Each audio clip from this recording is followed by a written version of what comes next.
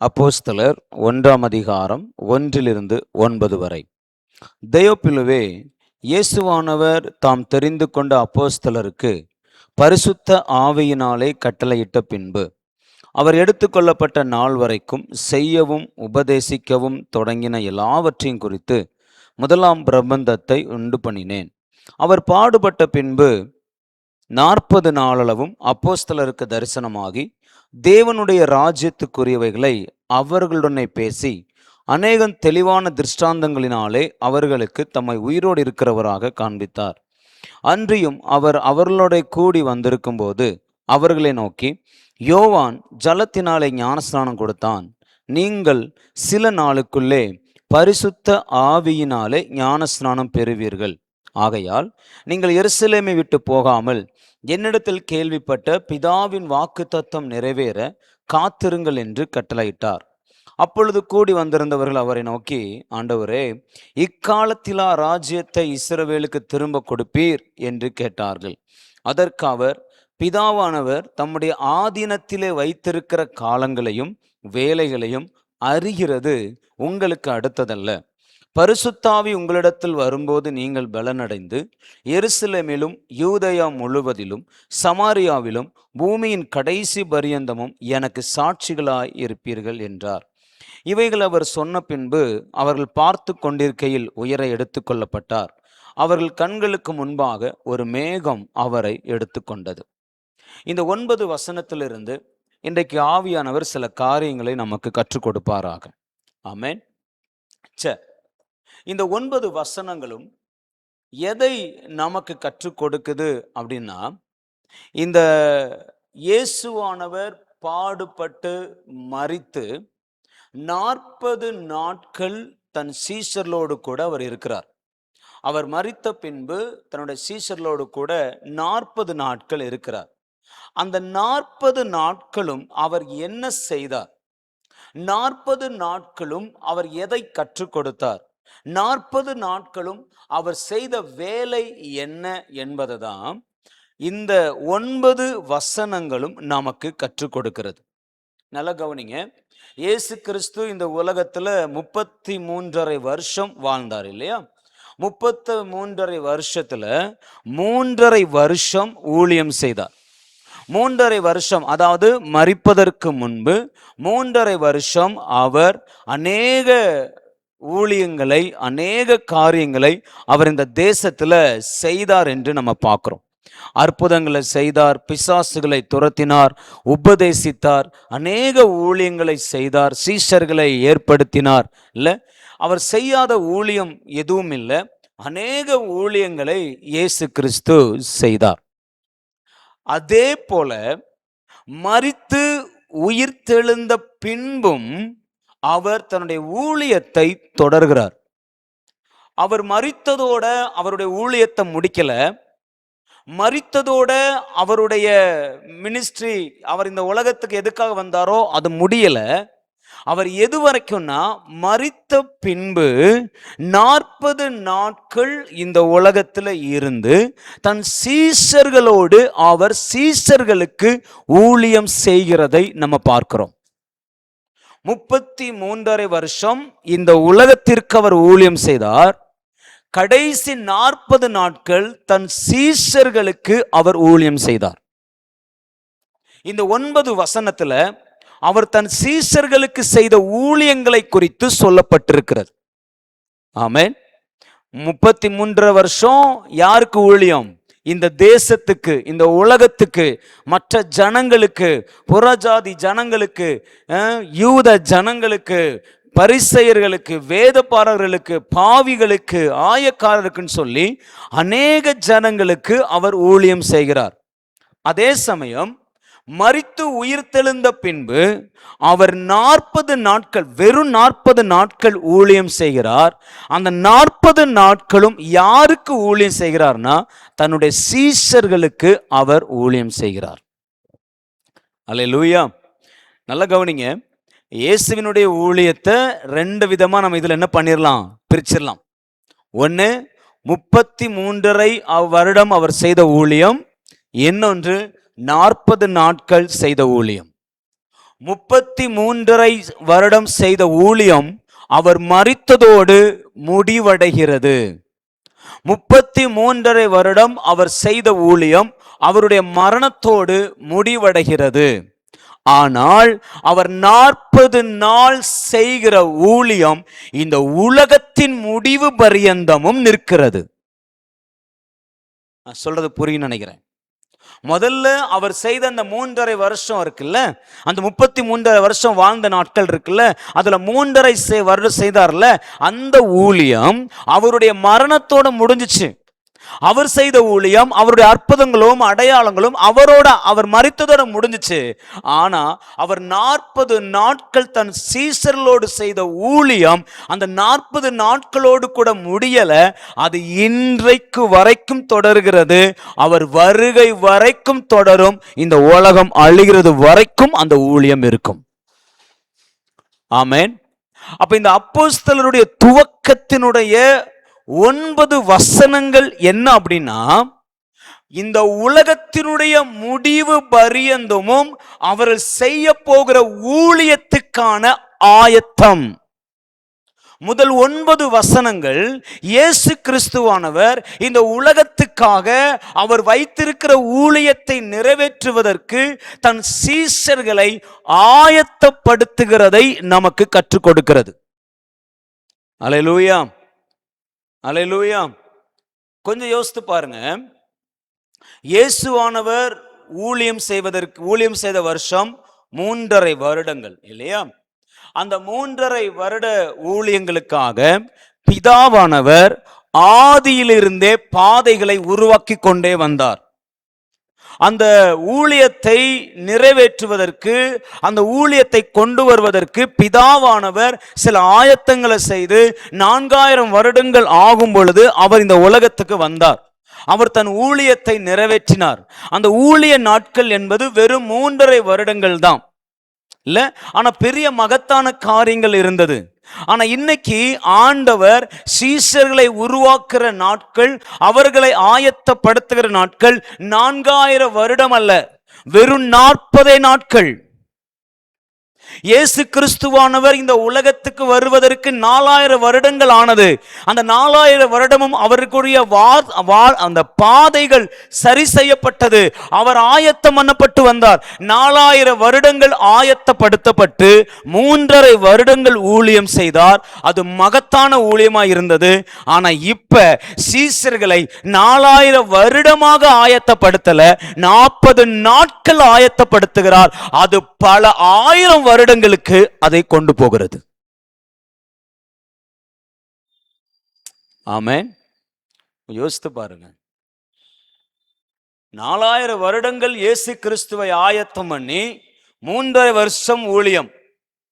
ஆனா சீஷர்களுக்கு வெறும் 40 நாள் ஆயத்தம் பண்ணி பல 1000 வருடங்கள் ஊழியம். இல்ல, இன்னைக்கு நமக்கு கிடைச்ச கிருபை எவ்வளவு பெருசு. அப்ப இந்த 9 வசனங்களும் அவர் தன் சீஷர்களை ஆயத்தப்படுத்தின விதங்களை நமக்கு கற்றுக் கொடுக்கிறது. அப்ப ஒரு காரியம் நமக்கு தெளிவா விளங்குது. ஒரு மனிதன் ஊழியத்து செய்ய வேண்டுமானால், தேவனுக்காக அவன் செயல்பட வேண்டுமானால், அவன் ஆயத்தப்படுத்தப்பட வேண்டியது அவசியம். அவன் ஆயத்தப்பட்டே ஆகணும், உருவாக்கப்பட்டே ஆகணும். ஆயத்தப்படாமல், உருவாக்கப்படாமல் அவனால் ஊழியம் செய்ய முடியாது. ஆமென். எடுத்த உடனே நான் ரட்சிக்கப்பட்டுட்டேன், நான் உடனே என்ன பண்ண போறேன், ஊழியம் பண்ண போறேன், உடனே ஒரு சபை நடத்த போறேன், உடனே நான் சுவிசேஷம் அறிவிக்க போறேன், உடனே ஒரு கிராமத்துக்கு போறேன், உடனே கிளம்புறேன், முடியாது. கொஞ்சம் ஆயத்தமாகணும். அந்த எதிலெல்லாம் நம்ம ஆயத்தம் ஆகணும், என்னென்ன காரியங்களை அவர் நம்மளை ஆயத்தப்படுத்த விரும்புகிறார் என்பதை தான் இந்த 9 வசனங்கள்ல நிறைய காரியங்களை கற்றுக்கொள்ள போகிறோம். அல்லேலூயா. அப்ப ஒரு தேவ பிள்ளைக்கு என்ன தேவை? ஒரு ஆயத்தம் தேவை. சீஷர்கள் ஆயத்தப்படுத்தப்பட்டது போல இன்னைக்கு நீங்களும் நானும் ஆயத்தப்படுத்தப்பட வேண்டும். ஆமென். இன்னொரு காரியத்தை உங்களுக்கு சொல்றேன். அப்ப முதல்ல ஊழியத்துக்கு நீங்களும் நானும் ஆயத்தப்படுத்தப்பட வேண்டியது அவசியம். 2வது, உங்களை ஆயத்தப்படுத்துவது யார்? உங்களை தயார் செய்வது யார்? மனிதனா அல்லது தேவனா? ஆவியானவர் உங்களை ஆயத்தப்படுத்துறாரா, தேவன் உங்களை ஆயத்தப்படுத்துகிறாரா, அல்லது மனிதன் உங்களை ஆயத்தப்படுத்துகிறானா, இல்ல இந்த உலகம் உங்களை ஆயத்தப்படுத்துதா? இல்ல, இது ஒரு பெரிய கேள்வி. இன்னைக்கு அநேகர் மனிதர்களால தள்ளப்பட்டு, மனிதர்களால புஷ் பண்ணப்பட்டு ஊழியத்துக்கு வர்றாங்க. அவங்களால நிக்க முடியல. ஏன்னா அவர்களுடைய ஆயத்தம் எல்லாம் யாரை சார்ந்து இருக்குன்னா மனிதர்களை சார்ந்து இருக்கு. அவங்களால ஒரு பிரச்சனையில நிக்க முடியல, அவங்களால ஒரு சோதனையில நிக்க முடியல, அவங்க விழுந்து போயிடுறாங்க. இன்னைக்கு நிறைய பேர் ஊழியத்துக்கு வந்துட்டு பின்வாங்கி போறதுக்கு காரணம் அதுதான். அவர்கள் தேவனால் ஆயத்தப்படுத்தப்படவில்லை, ஆயத்தப்படுத்துவதற்கு தங்களை ஒப்பு கொடுக்கவும் இல்லை. இன்னைக்கு நீங்களும் நானும் தேவனால் ஆயத்தப்படுத்தப்பட வேண்டும். ஆமென். உங்களை வழி நடத்த தான் முடியும், உங்களுக்கு அழைப்பு இருக்குன்னு சொல்லதான் முடியும். ஆனா உங்களை ஆயத்தப்படுத்துவது கர்த்தர். ஆமென். ஊழியக்காரர்களை கொண்டு கர்த்தர் ஆயத்தப்படுத்துவார். ஆனா அந்த ஆயத்தப்படுத்துதல் தேவனுடைய பிரசன்னத்திலிருந்து உங்களுக்கு உண்டாக வேண்டும். ஆமென். இது தேவன் தான் என்னை ஆயத்தப்படுத்துகிறார், தேவன் தான் என்னை உருவாக்க விரும்புகிறார் என்கிற அந்த உறுதி உங்களுக்கு இருக்க வேண்டும். எத்தனை பேர் ஆமென் சொல்றீங்க? ஆமென். ஒரு விஷயத்தை நல்லா கவனிங்க. தேவன் என்னை ஆயத்தப்படுத்தும்படி தேவனுக்கு உங்களை ஒப்பு கொடுத்தால் தேவன் ஏதோ ஒரு விதத்துல உங்களை ஆயத்தப்படுத்தி கொண்டே இருப்பார். அது உங்களுக்கு தெரியும். ஊழியக்காரர்களை கொண்டு இல்ல சில காரியங்களை கொண்டு உங்களை ஆயத்தப்படுத்துவார். இல்ல உங்களை ஆயத்தப்படுத்த நீங்க விரும்பலன்னா, என்னதான் கர்த்தர் உங்களை ஆயத்தப்படுத்த நினைச்சாலும் நீங்க அதுக்கு இடம் கொடுக்க மாட்டீங்க. ஏன்னா அந்த ஆயத்தப்படுவதை, உருவாக்கப்படுவதை ஏற்றுக்கொள்வதற்கு மனதில்லை. நிறைய பேருக்கு ஊழிய அழைப்பு இருக்கிறது, நிறைய பேருக்கு தாளந்துகள் இருக்கிறது, நிறைய பேருக்கு அபிஷேகம் இருக்கிறது.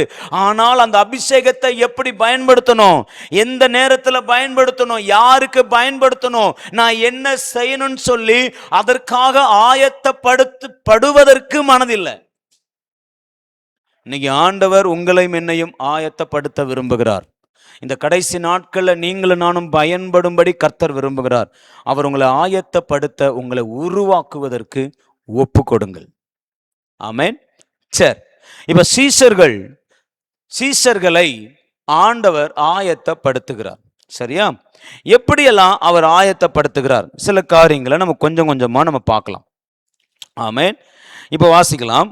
1வது வசனத்தை பார்ப்போம். தெயோப்பிலுவே, இயேசுவானவர் தாம் தெரிந்து கொண்ட அப்போஸ்தலருக்கு, நல்ல கவனிங்க, இயேசுவானவர் தாம் தெரிந்து கொண்ட அப்போஸ்தலருக்கு. யாருக்கு இந்த ஆயத்தம், யாருக்கு இந்த 40 நாட்கள் உருவாக்குகிற அனுபவம் அப்படின்னா, தேவனால் தெரிந்து கொள்ளப்பட்டவர்களுக்கு, தேவனால் முன்குறிக்கப்பட்டவர்களுக்கு. ஆமென். யாரெல்லாம் நான் தேவனால் தெரிந்து கொள்ளப்பட்டவன் என்று நீங்க நம்புகிறீங்களோ, என்று விசுவாசிக்கிறீங்களோ, அறிந்திருக்கீங்களோ, உங்களை ஆண்டவர் உருவாக்க விரும்புகிறார். ஆமென்.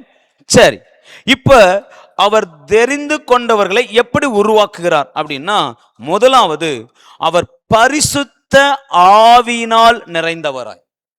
இப்ப இயேசுவானவர் தன் சீஷர்களை 40 நாட்கள் உருவாக்குகிறார். அந்த 40 நாட்களும் அவர் எப்படி உருவாக்குகிறார்னா, பரிசுத்த ஆவியினால் அவர் உருவாக்குகிறார். பரிசுத்த ஆவியானவர் இயேசு கிறிஸ்துவின் மூலம் சீஷர்களை ஆயத்தப்படுத்துகிறார். ஆமென். இயேசுவானவர் தானா ஆயத்தப்படுத்தல, பரிசுத்த ஆவியானவரை கொண்டு அவர்களை ஆயத்தப்படுத்துகிறார்.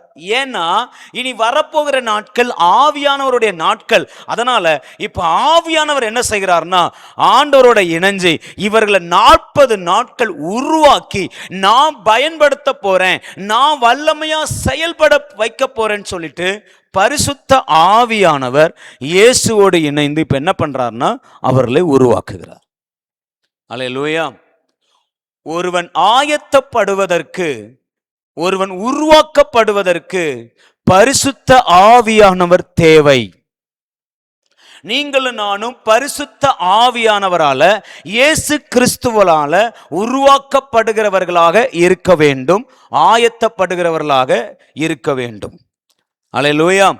அப்போ அவர் சீஷர்களை எப்படி ஆயத்தப்படுத்துகிறார்?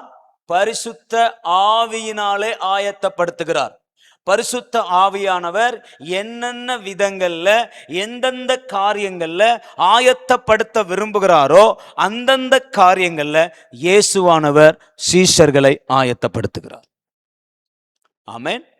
சரி, இப்போ ரெண்டாவது வசனம் பாருங்க. ரெண்டாவது வசனம், அவர் எடுத்துக்கொள்ளப்பட்ட நாள் வரைக்கும் செய்யவும் உபதேசிக்கவும் தொடங்கின எல்லாவற்றையும் குறித்து. நல்லா கவனிங்க. பரிசுத்த ஆவியினால் அவர் செய்த மிகப்பெரிய காரியம் ஒன்று என்னன்னா உபதேசம். உபதேசம் இல்லைன்னா போதித்தல், டீச்சிங். 40 நாட்கள் இயேசுவானவர் அவர்களுக்கு போதித்தார், உபதேசித்தார், அநேக காரியங்களை குறித்து அவர்களுக்கு கற்றுக் கொடுத்தார். ஆமென். இப்ப நம்ம அதை தான் பார்க்க போறோம். என்னென்னலாம் அவர்களுக்கு கற்றுக் கொடுத்தார். இந்த உபதேசித்தார்னு சொல்லும்போது இன்னொரு வசனத்தை பார்த்தீங்கன்னா எதை உபதேசித்தார் அப்படின்னா 3ஆம் வசனத்துல சொல்லப்பட்டிருக்கு, தேவனுடைய ராஜ்யத்துக்கு உரியவைகளை. அப்ப 40 நாட்கள் சீஷர்களோடு கூட இயேசு பேசினது என்னன்னா தேவனுடைய ராஜ்யத்துக்குரியவைகள், தேவனுடைய ராஜ்யத்துக்குரிய உபதேசம், தேவனுடைய ராஜ்யத்துக்குரிய வசனம், தேவனுடைய ராஜ்யத்துக்குரிய உவமைகள், தேவனுடைய ராஜ்யத்திற்குரிய செயல்கள். இதை காமிச்சு இதை சொல்லிக் கொடுத்து 40 நாட்கள் சீஷர்களை அவர் உருவாக்குகிறார். அப்ப இன்னைக்கு நீங்களும் நானும் உருவாக்கப்பட வேண்டியது எதுல தெரியுமா? தேவ ராஜ்யத்தை குறித்த உபதேசங்கள்ல. நீங்களும் நானும் உபதேசிக்கப்பட வேண்டியது, போதிக்கப்பட வேண்டியது, கற்றுக்கொள்ள வேண்டியது எதனா தேவ ராஜ்யத்துக்குரியவைகளை நீங்களும் நானும் கற்றுக்கொள்ள வேண்டும். எத்தனை பேர் ஆமென் சொல்றீங்க? ஆமென். சரி, இப்ப அவர் தன் சீஷர்களுக்கு இந்த 40 நாட்கள் எதையெல்லாம் போதித்தார், எதையெல்லாம் கற்றுக் கொடுத்தார் பார்க்கலாமா? ஒவ்வொன்றும் நம்ம பார்க்கலாம். நமக்கு தெரிஞ்ச வசனங்கள் தான், அதை உங்களுக்கு எடுத்து மட்டும் காமிக்கிறேன். மத்தேயு 28ஆம் அதிகாரம் கடைசி பகுதி வாங்க பார்க்கலாம். மத்தேயு 28ஆம் அதிகாரம். நம்ம நிறைய உண்டு, ஆனால் சில முக்கியமானதை மட்டும் நான் உங்களுக்கு எடுத்து காமிக்கிறேன், சரியா? மத்தேயு 28ஆம் அதிகாரம் 18 20 வரைக்கும் நான் வாசிக்கிறேன், கவனிங்க. அப்பொழுது இயேசு சமீபத்தில் வந்து அவர்களை நோக்கி, வானத்திலும் பூமியிலும் சகல அதிகாரம் எனக்கு கொடுக்கப்பட்டிருக்கிறது. நல்ல கவனிங்க, தன்னுடைய அதிகாரத்தை குறித்து போதிக்கிறார். இயேசுவானவர் வானத்திலையும் பூமியிலும் எனக்கு என்ன இருக்கு, அதிகாரம் இருக்குது என்பதை, தன்னுடைய அதிகாரத்தை குறித்து போதிக்கிறார். அப்ப என்ன அர்த்தம்னா, இங்க பாரு, எனக்கு அந்த அதிகாரம் இருக்கு, இப்ப நான் உனக்குள்ள இருக்கிறேன். அந்த அதிகாரம் இப்ப எனக்குள்ள மாத்திரமல்ல, அது உனக்குள்ள இருக்கு. நான் பயன்படுத்தினது போல உன்னாலையும் அந்த அதிகாரத்தை பயன்படுத்தப்பட முடியும். உனக்கு அந்த அதிகாரத்தை கொடுத்திருக்கிறேன், வானத்தின் அதிகாரத்தை உனக்கு கொடுத்திருக்கிறேன், பூமிக்குரிய அதிகாரத்தை உனக்கு கொடுத்திருக்கிறேன். நீ அதிகாரத்தை பயன்படுத்து. அதிகாரம் உனக்குள்ள இருக்கு, அந்த அதிகாரத்தை பயன்படுத்துன்னு சொல்லி ஆண்டவர் அதிகாரத்தை கற்றுக் கொடுக்கிறார். ஏன்னா இதுக்கப்புறம் இவங்க தான் ஆளுகை செய்ய போறாங்க, இதுக்கப்புறம் இவங்க தான் ஊழியம் செய்ய போறாங்க. அப்ப முதல்ல அவங்க தெரிந்து கொள்ள வேண்டியது என்னன்னா, எனக்கு என்ன அதிகாரம் இருக்கிறது. இந்த அதிகாரத்தில் கர்த்தர் போதிக்கிறார், இந்த அதிகாரத்தை குறித்து அவங்களுக்கு கற்றுக் கொடுக்கிறார். சொல்லுங்க, மேலே வானத்தில் இருக்கிற அதிகாரமும் கீழே பூமியில் உள்ள அதிகாரமும் யார் கையில இருக்கு? இப்ப நம்ம கையில இருக்கு. ஆமென். இதுல நீங்களும் நானும் தெளிவாக இருக்க வேண்டும். இதை முதலாவது அவர் கற்றுக் கொடுக்கிறார். இரண்டாவது என்ன கற்றுக் கொடுக்கிறார்? 19ஆம் வசனத்துல, ஆகையால் நீங்கள் புறப்பட்டு போய் சகல ஜாதிகளையும் சீஷராக்குங்கள், பிதா குமாரன் பரிசுத்தாவின் நாமத்தினால அவர்களை ஞானஸ்நானம் கொடுத்து, நான் உங்களுக்கு கட்டளையிட்ட யாவையும் அவர்கள் கை கொள்ளும்படி அவர்களுக்கு உபதேசம் பண்ணுங்கள். இப்ப ஆண்டவர் இவர்களுக்கு எதை கற்றுக் கொடுக்கிறார்னா, நீங்க எப்படி ஊழியம் செய்ய வேண்டும் என்பதை கற்றுக் கொடுக்கிறார். முதல் அதிகாரத்தை குறித்து கற்றுக் கொடுக்கிறார்.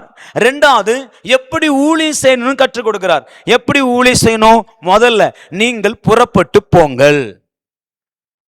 நீங்க புறப்பட்டு போய், அப்ப என்ன அர்த்தம்னா சுவிசேஷத்தை அறிவியுங்கள், போய் ஆண்டவர் போய் நற்செய்தியை சொல்லுங்க முதல்ல. ரெண்டாவது நற்செய்தியை சொல்லி சகல அதாவது நீங்க எங்க நற்செய்தியை சொல்ல போகணும்னா சகல ஜாதிகளிடத்திலையும் போங்க. இது ரொம்ப முக்கியம். ஏன்னா நற்செய்தியை சொல்ல போனா நம்ம யார்கிட்ட தான் சொல்ல போவோம்? குறிப்பிட்ட ஜனங்களிடத்துல தான் போவோம். நமக்கு யார் ரொம்ப வேண்டப்பட்டவங்களோ, நம்ம யாரை ரொம்ப நேசிக்கிறோமோ அவங்களிடத்துல தான் காஸ்பல் சொல்ல போவோம். ஆனால் இவர் சொல்றாரு, நீ புறப்பட்டு காஸ்பல் சொல்லப்போ அது யார் இடத்துல சொல்லுனா ஒரு குறிப்பிட்ட ஜனத்தின் இடத்துல இல்லை, சகல ஜாதிகளிடத்திலும், சகல ஜாதிகளிடத்திலும் சகல ஜனங்களிடத்திலும் சுவிசேஷத்தை அறிவி. இது ரெண்டாவது எப்படி ஊழிய செய்யணும்னு கற்றுக் கொடுக்கிறார். மூணாவது அவர்களை சீஷராக்கு, அவர்களை என்னை பின்பற்றவை, இயேசு கிறிஸ்துவை ஃபாலோ பண்ணவை. ஆமென். இது மூணு. நாலாவது அவர்களுக்கு ஞான ஸ்நானம் கொடு. ஆமென். அப்படி என்ன அர்த்தம்னா அவங்களை முழுவதுமா கிறிஸ்துவுக்குள்ள ஒப்பு கொடுத்துரு, கிறிஸ்துவுடைய வாழ்க்கைக்குள்ள முழுவதுமா ஒப்பு கொடுத்துரு. அடுத்தது அஞ்சாவது அவர்கள் கை கொள்ளும்படி அவர்களுக்கு என்ன பண்ணு? இப்ப உபதேசம் பண்ணு. இப்போ அவங்க ஞானஸ்நானம் எடுத்ததுக்கு அப்புறம் அவங்களுக்கு நீ டீச் பண்ணு, உட்கார்ந்து எப்படி வாழணும், எப்படி வாழக்கூடாது, கிறிஸ்தவன் எப்படி இருக்கணும், எப்படி இருக்கக்கூடாதுன்னு கற்றுக்கொடுன்றார். இப்ப நல்லா கவனிங்க. எப்படி ஊழியம் செய்யணும்? முதல்ல புறப்பட்டு போகணும். ரெண்டாவது சகல ஜாதிகளிடத்திலும் போகணும். மூணாவது சீசராக்கணும். நாலாவது ஞானஸ்நானம் கொடுக்கணும். அஞ்சாவது உபதேசம் பண்ணணும். இப்போ ஊழியம் எப்படி இருக்கு தெரியுமா? அப்படியே ரிவர்ஸ்ல இருக்கு. என்ன ரிவர்ஸ்? முதல்ல உபதேசம். முதல்ல போன உடனேயே ஏய் இதை செய்யக்கூடாது, இதை செய்யாத, அதை செய்யாத, அப்பந்தான் உனக்கு ரட்சிப்பு வரும், இதை பண்ணு, இதை பண்ணாத, அப்பாதான் ரட்சிப்படும். அவங்க சத்தியமா ரட்சிப்பட மாட்டான். அப்படி ரிவர்ஸ்ல இருக்கு. நீ எப்ப அவங்களுக்கு உபதேசம் பண்ணணும்னா, எப்ப அவங்களுக்கு நடக்க வேண்டிய வழியை கற்றுக் கொடுக்கணும்னா அவன் ஞான ஸ்நானம் எடுத்ததுக்கு அப்புறம். ஞானஸ்நானம் எடுக்கிறது கிறிஸ்துவோடு கூட மரிக்கிறது, பாவத்துக்கு மரிச்சு நீதிக்கு பிழைக்கிறது. அதுக்கப்புறம் அவனை உட்கார வச்சு, எப்பா நீ இப்ப ஆண்டுடைய பிள்ளைய மாறிட்ட, நீ சீசனா மாறிட்ட, இனி நினைச்ச கூடாது, இப்படிப்பட்ட தவறெல்லாம் செய்யக்கூடாது, இப்படி நடக்க கூடாதுன்னு கற்றுக் கொடுக்கணும். 40 நாள் சீசர்களுக்கு ஆண்டவர் இதை கற்றுக் கொடுக்கிறார். இன்னைக்கு இதை கற்றுக்கொள்ளாததுனாலதான் இன்னைக்கு தவறா சுவிசேஷத்தை அறிவிச்சிட்டு இருக்கிறோம். ஆமென். நான் சொல்றது புரியும் நினைக்கிறேன். இன்னைக்கு தவறான யார்கிட்ட போனாலும் எடுத்த உடனே அவ்வளவுதான், நீ அப்படி பண்ற, நீ இப்படி பண்ற, அப்படி செய்யற, இப்படி செய்யற. முதல்ல இயேசு நல்லவர். முதல்ல அவங்களை ஆண்டவருடைய வார்த்தையை சொல்லி அதிகாரத்தை பயன்படுத்தி இல்ல, முதல்ல அவங்களை என்ன பண்ண, முதல்ல அதான் சொல்றாரு, முதல்ல நீ போய் அவங்களை என்ன பண்ணு? புறப்பட்டு போய் அவங்கள சீசராக்கு. முதல்ல இயேசுவை ஃபாலோ பண்றவங்கள, இயேசுவை பிடிச்சவங்கள அவங்கள மாத்து. நீங்க சொல்றத பார்த்தோன்னே ஓடி போயிடுவாங்க. இந்த நிறைய கிறிஸ்தவங்களை பார்த்தீங்கன்னா, நான் கேட்டது வரைக்கும் நிறைய பேர் சொல்ற வார்த்தை, ஆமா நீங்க உடனே இங்க வந்துட்டு அதை செய்யாத, இதை செய்யாத, அப்படி பண்ணாத, எப்படி பண்ணாதீங்க, அதனாலதான் நாங்கள் சர்ச்சுக்கு என்ன செய்யறது இல்லை, வர்றதில்லை. எப்பா அதெல்லாம் ரெண்டாவது பார்த்துக்கலாம், முதல்ல இயேசு கிட்ட வா. நல்ல கவனிங்க. யார் ஒருவரால எது வேண்டாம் எது வேண்டும் என்கிறத சரியா செய்ய முடியும்னா முழுமையா இயேசுவனிடத்துல வந்தவங்களால மட்டும்தான். இயேசுவை உண்மையா ஃபாலோ பண்ணும்போது மட்டும்தான். அதுக்கு முன்னாடி அவங்களால அது புரிந்து கொள்ளவே முடியாது. ஆமென். நான் இப்ப நம்மளே எடுத்துக்கோங்களேன். நம்ம எத்தனை பேர் ஆண்டு சொன்னபடியே நடக்கிறோம்? எத்தனை பேர் ஆண்டு சொன்னபடி அப்படியே வழியிலே நடந்துடுறோம்? கிடையவே கிடையாது இல்ல.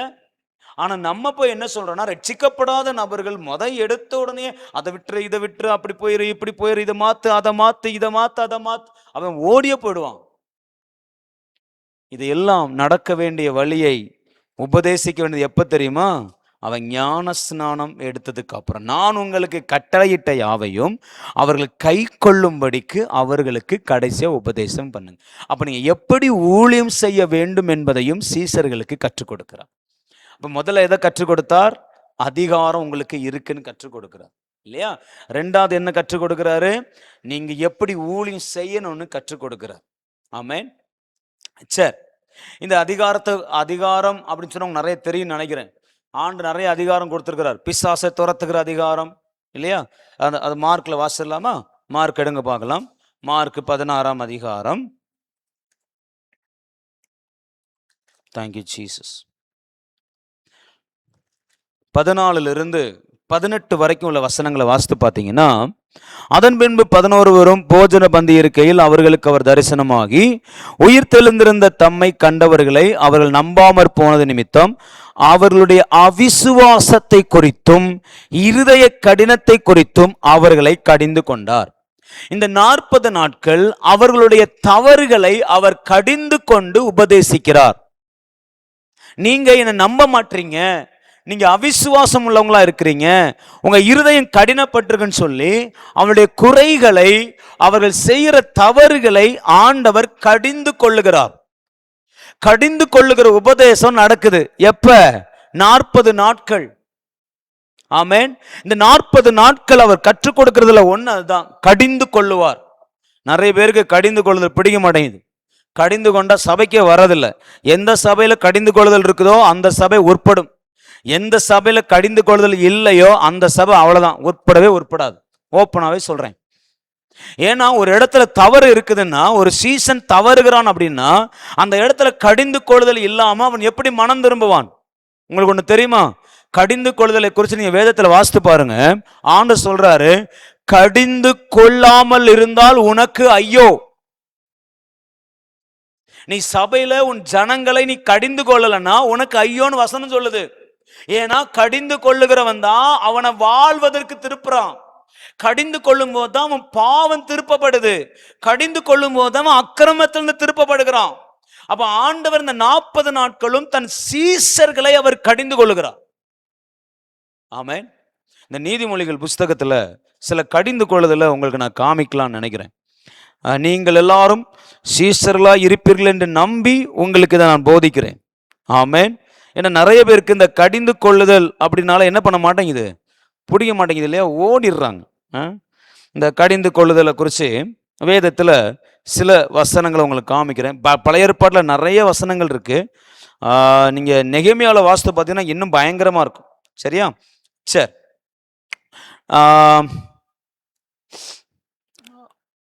நீதிமொழிகளின் புஸ்தகம்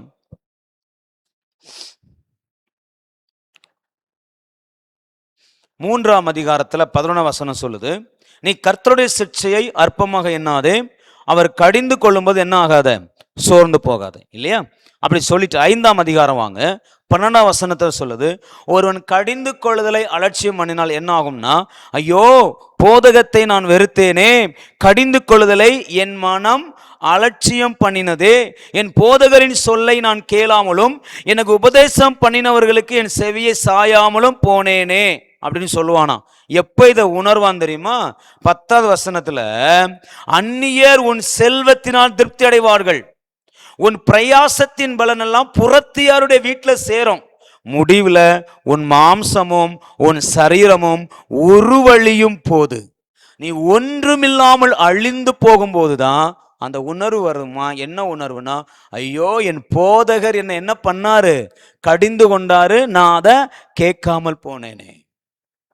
இல்ல, அந்த கடிந்து கொள்ளாமல் இருந்தால் அந்த வசனத்தை உங்களுக்கு காமிக்கிறேன். எனக்கு டக்குன்னு தேங்க்யூ ஜீசஸ். ஒரே ஒரு நிமிஷம் அந்த வசனத்தை உங்களுக்கு காமிச்சிட்டேன்னா நல்லா இருக்கும்.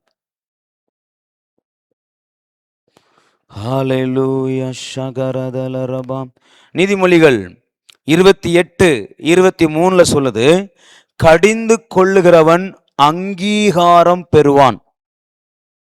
கடிந்து கொள்ளுகிறவன் அங்கீகாரம் பெறுவான். சரியா? இன்னொரு வசனத்தை உங்களுக்கு நான் காமிக்கிறேன். எரேமியா 29, 27 ஆண்டவர் வார்த்தை கேட்கிறாரு. இப்பொழுதும் உங்களுக்கு தரிசனம் கூறி வருகிற ஆனதோத் ஊரானாகிய எரேமியாவை நீர் கடிந்து கொள்ளாமற் இது ஒரு வேற விதத்துல சொல்லப்பட்டிருக்கிறது. இன்னொரு இடத்துல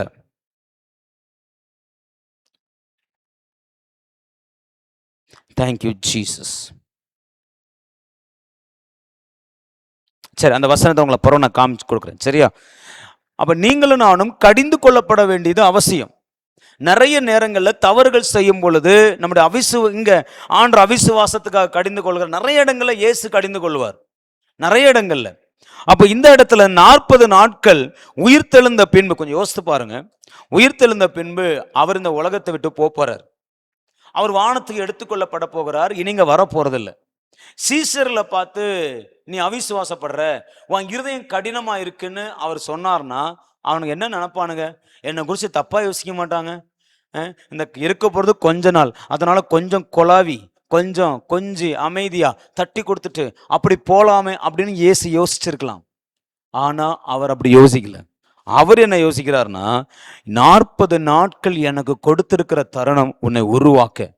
ஆமென். அதனால அவர் அவங்களுடைய அவிசுவாசத்தை குறித்து, அவங்க இருதய கடினத்தை குறித்து அந்த 40 நாட்கள் அநேக இடங்கள்ல அவர்களை கடிந்து கொள்ளுகிறார். ஆமென். அதுக்கு பிறகு ஆண்டவர் 15ஆம் வசனத்துல பாருங்க, அவர் அவர்களை நோக்கி, நீங்கள் உலகம் எங்கும் போய் சர்வ சிருஷ்டிக்கும் சுவிசேஷத்தை பிரசையுங்கள். நான் சொன்னேன்ல எப்படி ஊழியம் செய்யணும்னு, அந்த ஊழியம் செய்யணுங்கிறதுல இதை சேர்த்துக்கோங்க. என்னன்னா, நீங்க உலகம் எங்கும் போங்க, சகல ஜாதின்னு சொல்லிட்டு இங்க 2 வார்த்தை பயன்படுத்துறார். உலகம் எங்கும் போய் சுவிசேஷம் அறிவி, சர்வ சிருஷ்டிக்கும் என்ன பண்ணுங்க, சுவிசேஷத்தை பிரசங்கியுங்கள். ஆமென். இப்படி ஊழியத்தை குறித்து சொல்லிட்டு உங்க அதிகாரத்தை குறித்து இப்ப பேசுறார். விசுவாசிக்கிறவர்களா நடக்கும் அடையாளங்களாவன. உங்களுக்கு கொடுக்கப்பட்டிருக்கிற அதிகாரம், முதல் அதிகாரம் பிசாசுகளை துரத்தும் அதிகாரம், 2வது அதிகாரம் நவமான பாஷைகளை பேசும் அதிகாரம், 3வது சர்ப்பங்களை எடுக்கிறது, 4வது சாவுக்கேதுவான யாதொன்றை குடித்தாலும் அது சேதப்படுத்தாது, 5வது வியாதியஸ்தர் மேல் கைகளை வைக்கிறது, 6வது அவர்களை சுகமாக்குறது. இல்ல, இப்படிப்பட்ட அதிகாரத்தை தேவன் நம்ம கையில கொடுத்திருக்கிறார். நம்ம கைகள் அந்த அதிகாரம் இருக்கிறது.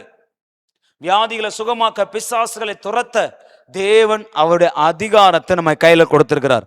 மத்தேயு எழுதின சுவிசேஷம் 10ஆம் அதிகாரத்துல இந்த அதிகாரத்தை குறித்து அவர் இன்னும் எழுதுறார். மத்தேயு எழுதின சுவிசேஷம் 10ஆம் அதிகாரம் வாசித்து பார்த்தீங்கன்னா 1வது வசனம், அப்பொழுது அவர் தம்முடைய 12 சீஷர்களை தம்மிடத்தில் வரவழைத்து அசுத்த ஆவிகளை துரத்த, சகல வியாதி சகல நோய்களை நீக்க அவர்களுக்கு அதிகாரத்தை கொடுத்தார். ஆமென். 8வது வசனத்துல பாருங்க, வியாதி உள்ளவர்களை சொஸ்தமாக்குங்கள், குஷ்டரோகிகளை சுத்தம் பண்ணுங்கள், மரித்தோரை எழுப்புங்கள், பிசாசை துரத்துங்கள், இலவசமாய் பெற்றீர்கள், இலவசமாய் கொடுங்கள். ஆண்டவர் இந்த அதிகாரத்தை எல்லாம் அந்த 40 நாட்கள் அவர்கள் நினைவுபடுத்தி அதை கற்றுக் கொடுக்கிறார். நீ இன்ன அதிகாரம் பெற்றிருக்கிற, இன்ன ஊழியத்தை நீ செய்ய வேண்டும், இப்படிப்பட்ட ஊழியத்தை இந்த விதங்கள்ல நீ செய்யணும்னு சொல்லி ஆண்டவர் ஊழியத்தை குறித்து கற்றுக் கொடுக்கிறார். ஆமென். சரி, இப்ப இன்னொரு காரியத்தை இந்த 40 நாட்கள் அவர்களுக்கு போதிக்கிறார். என்ன தெரியுமா? வாசிங்க பார்க்கலாம். லூக்கா 24ஆம் அதிகாரத்துல 24ஆம் அதிகாரம் 13ஆம் வசனத்தை வாசித்து பார்த்தீங்கன்னா, ஆண்டவர் உயிர்த்தெழுந்த நாள்ல செய்தி உயிர்த்தெழுந்த செய்தி சீஷர்களுக்கு அறிவிக்கப்படுது. அப்படி அறிவிக்கப்படும் போது 2 பேர் எருசலேமுக்கு 7 அல்லது 8 மைல் தூரமான எம்மாவு என்னும் கிராமத்துக்கு போறாங்க. எம்மாவுக்கு போயிட்டு இருக்கிறாங்க. அப்படி போயிட்டு இருக்கும்போது ஆண்டவர் அவர்களோடு கூட ஜாயின் பண்றார். அப்படி ஜாயின் பண்ணி என்ன பண்ணாரு தெரியுமா? நீங்க 27வது வசனத்தை பாருங்க. நான் அதுக்கு நேரா 27 வந்துடுறேன். மோசே முதலிய சகல தீர்க்கதரிசிகளும் எழுதின வேத வாக்கியங்கள் எல்லாவற்றிலும் தம்மை குறித்து சொல்லியவைகளை அவர்களுக்கு விவரித்து காண்பித்தார். இந்த 40 நாட்களும் அவர் எதை அவங்களுக்கு உபதேசிக்கிறாரு, எதை கற்றுக் கொடுக்கிறார்னா, நியாயப்பிரமாண புஸ்தகத்துல, தீர்க்க தரிசன புஸ்தகத்துல அவரை குறித்து என்னென்ன எழுதியிருக்கிறது, எப்படியெல்லாம் இருக்கிறது என்பதை அவர்களுக்கு விவரித்து காண்பிக்கிறார். வேத வசனங்களை அவருக்கு போதிக்கிறார். பிரமாணங்கள்ல இயேசு நான் எப்படி இருக்கிறேங்கிறத கற்றுக் கொடுக்கிறார். தீர்க்க தரிசன புஸ்தகங்களை நான் எப்படி இருக்கிறேங்கிறத கற்றுக் கொடுக்கிறார். அவர் முழுவதுமாய் தன்னை குறித்து அவர்களுக்கு கற்றுக் கொடுக்கிறார். ஆமென். முதல்ல அதிகாரம், இரண்டாவது ஊழியத்தை எப்படி செய்யணும், மூணாவது வேத வாக்கியங்கள்ல என்னை குறித்து என்ன எழுதியிருக்கிறது என்பதை 40 நாளளவும் அவர்களுக்கு கற்றுக் கொடுக்கிறார். இதை சீஷர்கள் கற்றுக்கொண்டு ஆயத்தமாக வேண்டும். ஆமென். யோவான் 1ஆம் அதிகாரத்துல சீஷர்கள், அதுல ஒருத்தன் சொல்றான், இந்த யோவானுடைய சீஷர்ல 2 பேர் இயேசுக்கு பின்னாடி போயிட்டு இருக்கும்போது இயேசுவோட கேட்கிறாரு, என்ன தேடுகிறீர்கள்னு கேட்கிறாரு. அப்ப அவங்க சொல்றாங்க, ரபி நீர் எங்க தங்கி இருக்கீங்க, வாங்க வந்து பாருங்கள் அப்படின்னு சொல்லி கூட்டிட்டு போயிட்டு சீஷர்களோடு இரவு அங்க தங்குறாங்க. அடுத்த நாள் என்ன நடந்துச்சு தெரியுமா? அந்த சீஷர்ல ஒருத்தன் சொல்றான், நாங்கள் நியாய பிரமாணத்திலே 45வது வசனம், யோவான் 1:45, மோசேயும் தீர்க்க தரிசிகளும் எழுதியிருக்கிறவரை கண்டோம். இல்ல, அவர் சீஷர்களை ஆரம்பித்ததுனால அநேக காரியங்கள் கற்றுக் கொடுத்தார். இப்ப 40 நாட்களும் அவர் தன்னை குறித்தான காரியங்களை அதிகமாய் கற்றுக் கொடுக்கிறத நம்ம பார்க்கிறோம். இதுல நீங்களும் நானும் ஆயத்தமாக வேண்டும். ஆமென். யோவான் இப்ப 4வது ஒரு காரியத்தை அவர் கற்றுக் கொடுக்கிறார். யோவான் எழுதின சுவிசேஷம் 21ஆம் அதிகாரம் வாங்க. 21ல 15லிருந்து 17 வரைக்கும். இங்க விசேஷமா பேதுருவோடு கூட ஆண்டவர், நிறைய விஷயங்கள் உண்டு, நான் ஷார்ட்டா போறேன். பேதுருவோடு கூட பேசின காரியங்கள், 2 காரியங்களை குறித்து பேதுருட்ட பேசுறார். 1, பேதுரு என் ஆடுகளை மேய்ப்பாயா, 2 என்னை நேசிக்கிறாயா. ஆமென். தேவன் பேதுருவிடத்துல கற்றுக் கொடுக்கிறது என்னன்னா, என்னிடத்துல நீ எவ்வளவு அன்பா இருக்கிற 3 முறை கேட்கிறார். அந்த 3 முறை, ஒவ்வொரு முறை கேட்கும் போதும், இந்த முறை நீ என்னை விட அதிகமா நேசிக்கிறாயா, இதை விட என்ன அதிகமாய் நேசிக்கிறாயா, பேதுரு என்ன நீ முழு மனசா நேசிக்கிறியா, இந்த உலகத்தை விட என்ன என் மேல அன்பு கூறுகிறியா, உன் அன்பு எனக்கு தேவை, நீ என்ன நேசிக்கணும்னு சொல்லி கர்த்தர் விரும்புகிறார். இந்த இடத்துல பேதுருவை பார்த்து இயேசு சொல்லல, நான் உன்னை நேசிக்கிறேன், நான் உன்னை நேசிக்கிறேன்னு சொல்லல. ஆண்டவர் பேதுருட்ட கேட்கிறாரு, நீ என்ன நேசிக்கிறியா, நீ என்ன நேசிக்கிறியா. ஏன்னா இதுக்கப்புறம் நீ சபையை மேய்க்க போற, ஊழியத்தை செய்ய போற, தேவனுக்காக பிரகாசிக்க போற நீ ஒரு விஷயத்துல ஆயத்தப்படு. எதுலனா, என்னை நேசிப்பதில், என்னிடத்துல அன்பு கூறுவதில் நீ ஆயத்தப்பட வேண்டும். ஆமென். ஏன்னா அவருடைய ஊழியமே அன்பின் அடிப்படையில தான் இருக்கு. அன்பில் நீங்களும் நானும் வளர வேண்டும் என்று கர்த்தர் விரும்புகிறார். எத்தனை பேர் ஆமென் சொல்றீங்க? 40 நாள் அவர் கற்றுக் கொடுத்த ஒரு சத்தியம், என்ன நேசிக்கிறாயா. நீங்க நம்ம நிறைய பேர் ஊழியம் பண்றோம்ல, ஒரு கேள்வி, ஆண்டவரை நீங்க நேசிக்கிறீங்களா? ஆண்டவரை நீங்க நேசிக்கிறீங்களா? இதுல சில கொஸ்டின்ஸ் கேட்கலாம். 1, உங்கள் குடும்பத்தை விட ஆண்டவர் அதிகமா நேசிக்கிறீங்களா அப்படின்னு சொன்னா டக்குன்னு ஆமென் சொல்லிடுவோம்ல, சொல்லியிருப்பீங்கன்னு நினைக்கிறேன். ஆமென் ஆமென் ஆமென். சரி, 2வது ஒண்ணு கேட்கிறேன், உங்களை விட ஆண்டவர் அதிகமா நேசிக்கிறீங்களா? உங்களை விட, இதுல கொஞ்சம் டவுன் ஆகும். இது 2வது கொஸ்டின். 3வது, உங்க வேலையை விட ஆண்டவர் அதிகமா நேசிக்கிறீங்களா? நீங்க செய்கிற வேலை, நீங்க இந்த உலகத்துல செய்யற ஒர்க், அதை விட ஆண்டவர் அதிகமா நேசிக்கிறீங்களா? ஆமென். 3வது, இந்த உலகத்துல இருக்கிற உங்களுடைய ஆசைகளை விட, உங்களுடைய விருப்பங்களை விட ஆண்டவரை அதிகமா நேசிக்கிறீங்களா? இந்த கேள்விக்கெல்லாம் நீங்க பதிலை எழுதி பாருங்க. அதாவது டக்குன்னு டிக் போடுறதுக்கு இது சாதாரண விஷயம் இல்லை. பேதுருட்ட ஆண்டவர் 3 முறை கேட்டார். 3வது முறை பேதுரு முடியல ஆண்டவரே, அவன் சரண் அடைஞ்சிட்டான். உண்மைக்கு என்னை பத்தி உங்களுக்கு நல்லா தெரியும், என்னை மன்னியும். அந்த இடத்துல முழுவதும் சரணடைஞ்சான். அந்த அன்பு தான் அவனை சகல அப்போஸ்தலர்களும் மேலானவனாய் மாற்றினது. ஊழியம் செய்வதற்கு அன்பு தேவை. தேவனை நேசிக்கிற அன்பு, தேவன் மேல உள்ள அன்பு, அந்த அன்பை கர்த்தர் சீஷர்களுக்கு கற்றுக் கொடுத்தார். ஆமென். அடுத்தது, என் ஆடுகளை மேய்ப்பாயா? அப்படின்னா என் ஆடுகள்னா ஆத்துமாக்களை மேய்ப்பாயா? இன்னும் சொல்ல போனா என் ஊழியத்தை செய்வாயா? ஏன் தரிசனத்தை நிறைவேற்றுவாயா? ஏன் திட்டத்தை நிறைவேற்றுவாயா? உன் திட்டம் இல்ல பேதுரு, உன் ஆடு இல்ல பேதுரு, உன் தரிசனம் இல்ல பேதுரு, உன் மினிஸ்ட்ரி இல்ல பேதுரு, உன்னுடைய காரியம் இல்ல பேதுரு. ஏன் தரிசனம், ஏன் ஆடு, ஏன் சபை, ஏன் ஊழியம், ஏன் ஆசையை நீ நிறைவேற்றுவியா? அதை கற்றுக் கொடுக்கிறார். ஆமென். இதெல்லாம் கற்றுக் கொடுக்கப்படுது இந்த 40 நாளுல. ஹல்லேலூயா. இன்னைக்கு நீங்களும் நானும் இதையெல்லாம் கற்றுக்கொள்ள வேண்டியது அவசியம். அப்ப முதல்ல தனக்குரிய இருந்த அந்த அதிகாரத்தை குறித்து கற்றுக் கொடுத்தார். ரெண்டாவது எப்படி ஊழியம் செய்யணும்னு கற்றுக் கொடுக்கிறாரு. மூணாவது அன்பாய் இருக்கிறதை குறித்து, தன் மேல அன்பாய் இருப்பதை குறித்து கற்றுக் கொடுக்கிறாரு. நாலாவது அவருடைய தரிசனத்தை நிறைவேற்றுவதை குறித்து கற்றுக் கொடுக்கிறாரு. ஐந்தாவது வேத வாக்கியங்களில் அவரை குறித்து எழுதியிருக்கிறவைகளை குறித்து அவர்களுக்கு கற்றுக் கொடுக்கிறார். ஆமென். ஆறாவது அவர் கற்றுக் கொடுக்கிறது என்ன தெரியுமா? அப்போஸ்தலர் நடபடிகள் வந்துருங்க, 1ஆம் அதிகாரம் 3ஆம் வசனம். அநேக தெளிவான திருஷ்டாந்தங்களினாலே அவர்களுக்கு தம்மை உயிரோடு இருக்கிறவராய் காண்பித்தார். இப்ப அவர் என்ன கற்றுக் கொடுக்கிறார்னா, இங்க பாருங்க, நான் உயிரோட இருக்கிறேன், நான் உயிரோட தான் இருக்கிறேன்.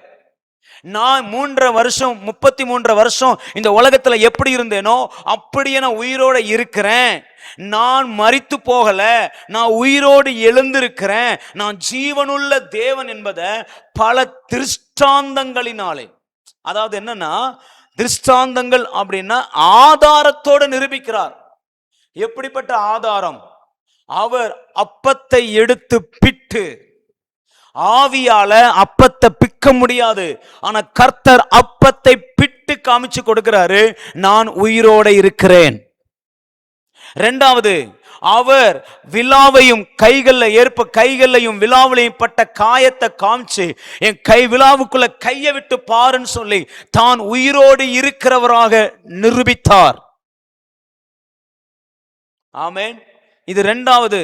மூன்றாவது, போஜனம் பண்ணி, போஜனத்தை ஆயத்தப்படுத்தி சாப்பிட்டு அவர்களோடு இருந்து உணவு உண்டு தன்னை உயிரோடு இருக்கிறவராய் காண்பித்தார். ஏன்னா நான் செத்து ஆவியா இல்லப்பா, நான் உயிரோட இருக்கிறேன், மாம்சம் மட்டும்தான் மாறி இருக்குது, மற்றபடி நான் அப்படியே இருக்கிறேங்கிறத அவர் காமித்து கொடுத்தார். தான் உயிரோடு இருக்கிறேன் அப்படிங்கிறத காமிச்சார். ஏன்னா இவங்க அடுத்தது போய் என் தேவன் உயிரோடு இருக்கிறார் என்பதை என்ன செய்யணும்? பிரசங்கிக்க வேண்டும். ஆமென். இன்னைக்கு நமக்கு ஒரு கேள்வி, இதுல நம்ம ஆயத்தப்பட்டோமா? ஆண்டவர் உயிரோடு இருக்கிறார் அப்படிங்கிற விஷயத்துல எத்தனை பேர் உருவாக்கப்பட்டிருக்கிறோம்? நிறைய நேரங்களில் நமக்கு கேள்வி வருது, கடவுள் இருக்கிறாரா இல்லையா பிரதர்? ஆண்டவர் மரித்தவர் நமக்கு செயல்படுறாரா இல்லையா?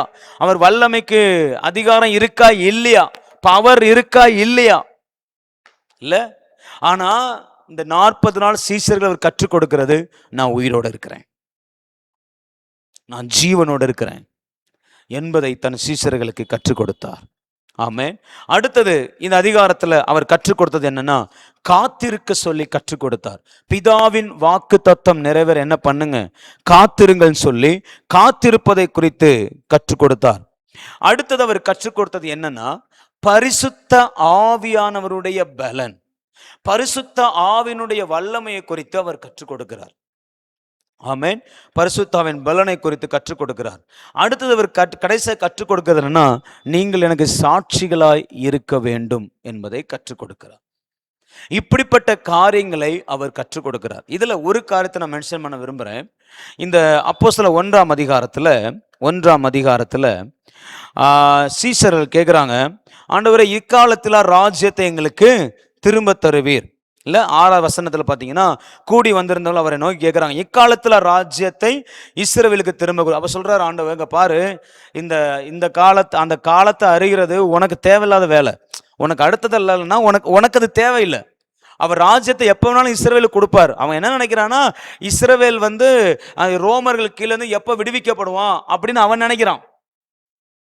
அந்த அந்த ஆட்சியை அவன் நினைக்கிறான், இஸ்ரவேல் எப்போ ஆளும் அப்படி கேட்கிறான். அவர் சொல்றார், இல்ல இல்ல, அந்த ராஜ்யத்தை குறித்து இப்ப கேட்க வேண்டிய அவசியம் இல்லை. இப்போ உன் நோக்கம் என்ன தெரியுமா? உன் என்னவா இருக்கணும் தெரியுமா? இந்த உலக ராஜ்யத்தை குறித்தல்ல, பரிசுத்த ஆவியினுடைய பலனை குறித்து. அடுத்த வசனத்தில் அவர் சொல்றாரு, பரிசுத்த ஆவியானவர் வரும்பொழுது நீங்கள் பலன் அடைந்து.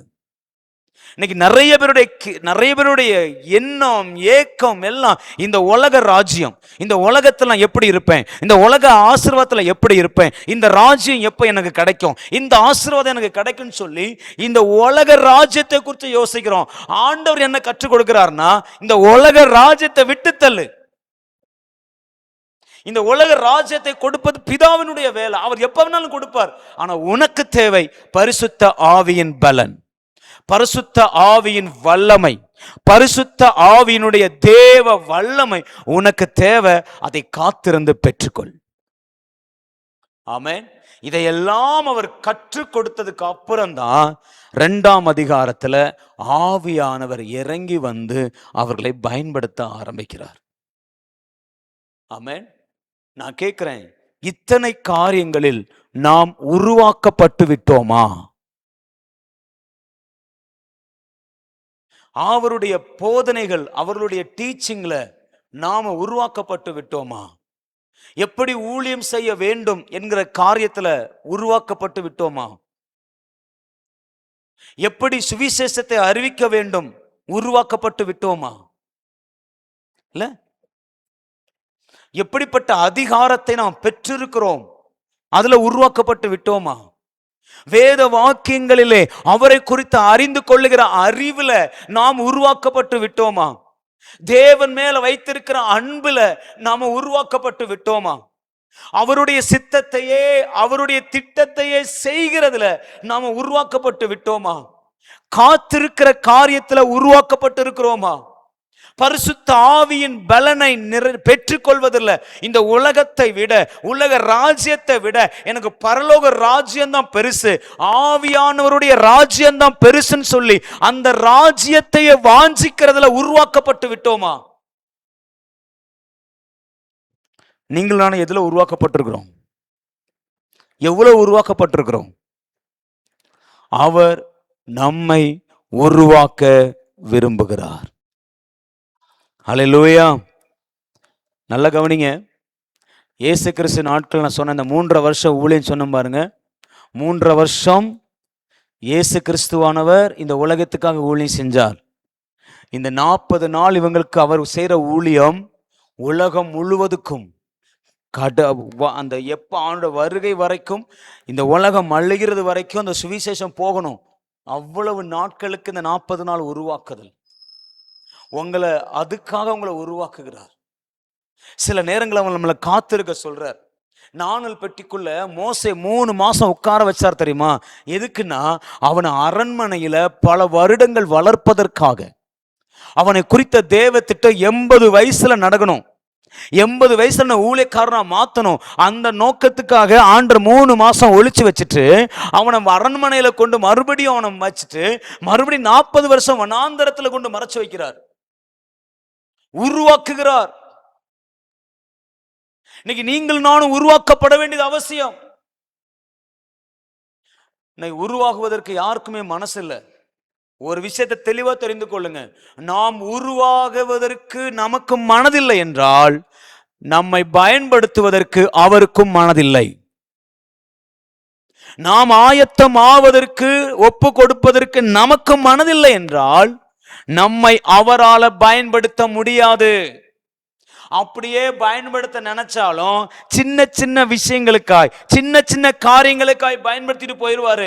எனக்கு தேவை ஆண்டவரே சின்ன சின்ன விஷயங்களுக்காக அல்ல, நான் எவ்வளவு நாட்கள் வேண்டுமானாலும் காத்திருக்க தயாராயிருக்கிறேன், என்னை உலகத்துக்கு பயன்படுத்தும். இவர்கள் உலகமெங்கும் சாட்சியாய் போக வேண்டும். வெறும் எருசலேமில் மாத்திரம் சாட்சியா இருக்க கூடாது, யூதேயாவுக்கு சாட்சியா போனோம், சமாரியாவுக்கு சாட்சியா போனோம், பூமியின் கடைசி பரியந்தம் சாட்சியா போனோம். அப்படின்னா இந்த 40 நாட்கள் இவர்கள் உருவாக்கப்பட்டே ஆகணும். 40 நாட்கள். ஹல்லேலூயா. இல்லைன்னு வச்சுக்கோங்களேன், வெறும் எருசலேம்ல மட்டும் உட்கார்ந்துருப்போம். எருசலேம்ல மட்டும் உட்கார்ந்துரு. ஏன்னா நீ தான் உருவாக்குவதற்கு வரமாட்டியே, உன்னை உருவாக்க ஒப்பு கொடுக்க மாட்டியே. அதனால பேசாம என்ன பண்ணு, இந்த இந்த இந்த வட்டத்துக்குள்ளே உட்கார்ந்துக்கோங்க. இன்னும் கொஞ்சம் சமாரியாவோட முடிஞ்சிரும், இன்னும் கொஞ்சம் யூதேயாவோட முடிஞ்சிரும்.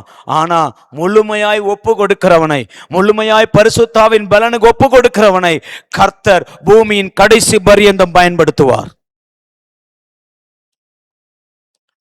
ஆண்டவர் நம்மை பூமியின் கடைசி பரியந்தமும் சாட்சியாய் இருக்கும்படி அழைத்திருக்கிறார். தேவ பிள்ளையே, நீ உருவாக அவர் கையில ஒப்புக்கொடு. அவர் கடிந்து கொள்ளட்டும். கடிந்து கொள்வது நமக்கு நல்லது. ஆமென். கடிந்து கொள்வது அவர் நமக்கு நல்லது.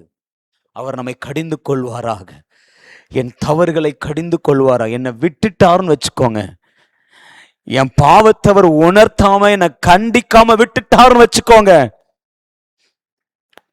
வேதம் சொல்லுது, நான் வேசியின் பிள்ளையாயிருப்பேன். அவர் என்னை கடிந்து கொள்ளாவிட்டால் நான் பாவத்தினால் பிறந்த பிள்ளையாயிருப்பேன். நான் கடிந்து கொள்ளப்படாவிட்டால் நான் மூடனாயிருப்பேன். நான் கடிந்து கொள்ளப்படாவிட்டால் அவர் யாரோ நான் யாரோ. ஆனா எந்த புள்ள கடிந்து கொள்ளப்படுதோ அந்த புள்ளையை கர்த்தர் அதிகமாய் நேசிக்கிறார். ஆமென். தகப்பன் எந்த பிள்ளையை அதிகமாய் நேசிக்கிறானோ அந்த பிள்ளையை அதிகமாக கடிந்து கொள்ளுவான். ஆண்டவங்களை கடிந்து கொள்ளும் போது சோர்ந்து போயிடாதீங்க. ஊழியர்கள் மூலமாய் கர்த்தர் உங்கள் தவறுகளை கடிந்து கொள்ளும் போது சோர்ந்து போயிடாதீங்க. ஆண்டவரே, என்னை கடிந்து கொண்டதுக்காக நன்றி சொல்லுங்க, என்னை உருவாக்குவதற்காக நன்றி சொல்லுங்க. கர்த்தர் உங்களை என்னையும் பயன்படுத்துவார். ஹல்லேலூயா. எத்தனை பேர் ஆமென் சொல்றீங்க? கடைசியா ஒரே ஒரு காரியத்தை சொல்லி நான் முடிக்க விரும்புறேன். இவர்களை ஆயத்தப்படுத்துவதற்கு கர்த்தர் எப்படியெல்லாம் செயல்பட்டார் தெரியுமா? அதாவது இந்த 40 நாட்கள் இவங்களை ஆயத்தப்படுத்துவதற்கு கர்த்தர் செய்தது என்ன? ஒன்று, அவர்களுக்கு தரிசனமானார். அடிக்கடி தரிசனமாயிட்டே இருக்கிறார். ஆமென். போற வழியில, கடற்கரையில, ரூம்ல, தோட்டத்துல, அவர் தரிசனம் ஆயிட்டே இருக்கிறார். எப்படியாவது இவர்களை உருவாக்க வேண்டும். ரெண்டாவது, அவர் சீசர்களோடு கூட கூடி வந்தார். எனக்கு அந்த வசனம் ரொம்ப அழகா இருந்துச்சு. அப்போஸ்தலர் 1ஆம் அதிகாரத்துல 4ஆம் வசனம் பாருங்க. அன்றியும் அவர் அவர்களுடனே கூடி வந்திருக்கும் போது, உயிர் தெழுந்ததுக்கு அப்புறமா அவர் அவர்களோடு கூட கூடி ஒரே ஐக்கியமா அவர்களை உருவாக்குவதற்கு அவர்களோடு கூட கூடி இருந்தார். கற்றுக் கொடுக்க, போதிக்க, உபதேசிக்க அவர்களோடு கூட இருந்து. ஆமென். இன்னைக்கு ஆண்டவர் நம்மோடு கூடி இருந்து நமக்கு கற்றுக் கொடுக்க விரும்புகிறார். அந்த அனுபவத்துக்குள்ள நம்ம வரணும். இன்னைக்கு அந்த அனுபவத்துக்குள்ள யாரும் வர விரும்ப மாட்டாங்களே. Thank you Jesus. சரி, ரெண்டாவது கூடி வந்தார். மூணாவது என்ன தெரியுமா? அவர்களோடு கூட நடந்தார். நம்ம லூக்கால வாசம் பாருங்க, சாரி யோவான்ல வாசம் பாருங்க. லூக்கால சுவிசேஷம் 24ஆம் அதிகாரத்துல எம்மாவூருக்கு நடந்தாங்க பாருங்க. வசனம் சொல்லுது, எருசலேமுக்கு 7 அல்லது 8 மைல் தூரமான எம்மாவு என்னும் கிராமத்துக்கு போனார்கள். ஆண்டவர் அவர்களோடு கூட என்ன பண்ணாராம்? நடந்தே போனாராம். ஆமென். 28ஆம் வசனம் பாருங்க. அவர்கள் கிராமத்துக்கு சமீபமானார்கள். கிட்டத்தட்ட 7-8 மைல் தூரம் அவர்களோடு கூட நடந்தே போயிருக்கிறாரு. அவ்வளவு தூரம் அவரோட பேசிட்டே போயிருக்கிறார். So walking.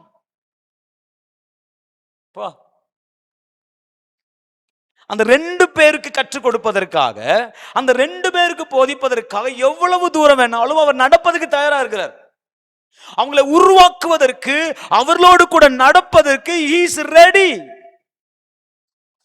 அவர் இருதயம் ஒன்னே ஒண்ணுதான் வாஞ்சிக்குது, எப்படியாவது என் பிள்ளைகளுக்கு நான் கற்றுக் கொடுத்துட மாட்டேனா, என் பிள்ளைகளை உருவாக்கிற மாட்டேனா, எப்படியாவது என் பிள்ளைகளை ஊழியத்துல பயன்படுத்த மாட்டாங்களா, அவங்கள உருவாக்கணுமேன்னு சொல்லிட்டு அவர்களோடு கூட நடந்து போறாருங்க.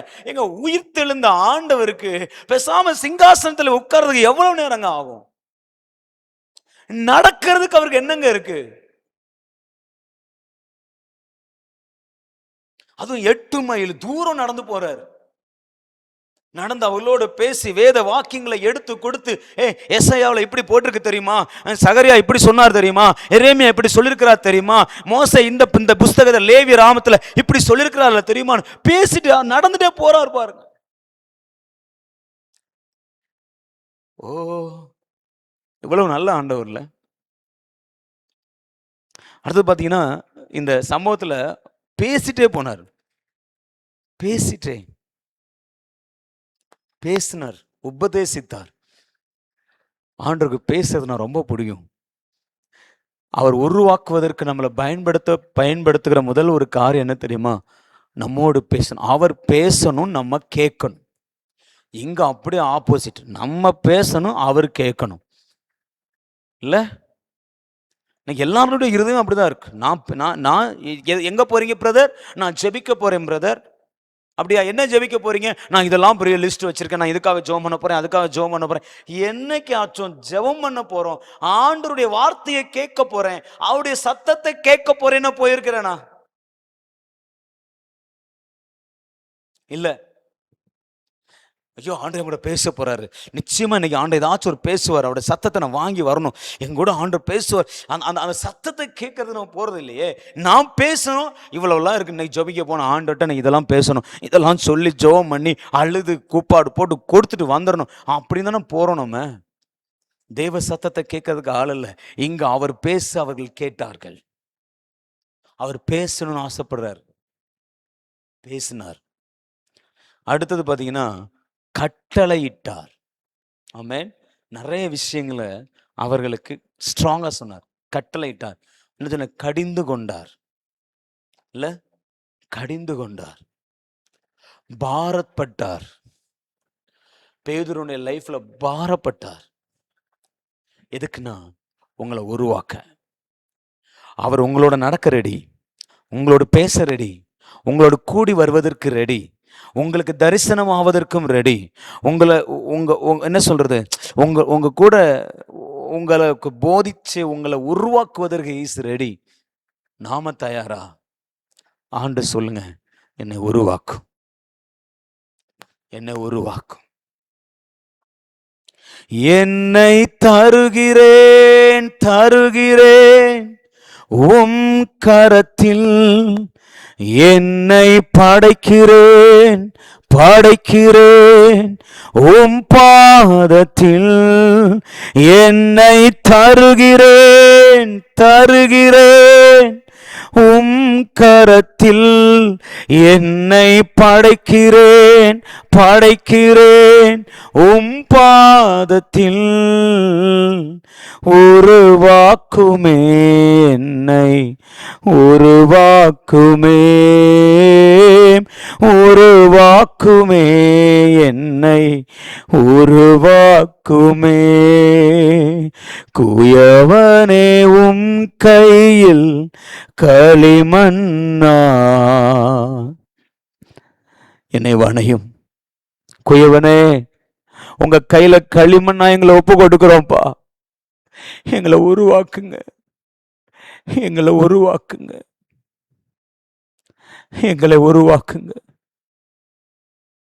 ஹல்லேலூயா. ஆண்டவரே, இந்த நாள் எங்களோட பேசின வார்த்தைகளுக்கு ஸ்தோத்திரம். 40 நாட்கள் சீஷர்களை நீங்க உருவாக்கினது போல எங்களை உருவாக்கும்.